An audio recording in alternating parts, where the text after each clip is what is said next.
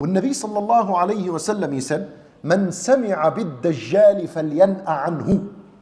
Anyone who heard of the emergence of the big Dajjal, the main one, then let him keep away from him. That's فلينأ عنه, run away. Imran ibn Husayn, he said that the Nabi sallallahu alayhi wasallam said this 3 times. Anyone who hears that the Dajjal has come out, then he should run away from him, should keep away from him.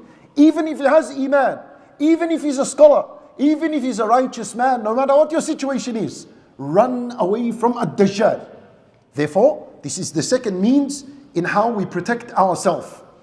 Ibn Taymiyyah, rahimahullah, he had a very important commentary on this hadith, and he said that if the advice of the Messenger sallallahu alayhi wasallam was to keep away from the main Dajjal, then this should be the case for every Dajjal that appears before him, and that people should keep away from them.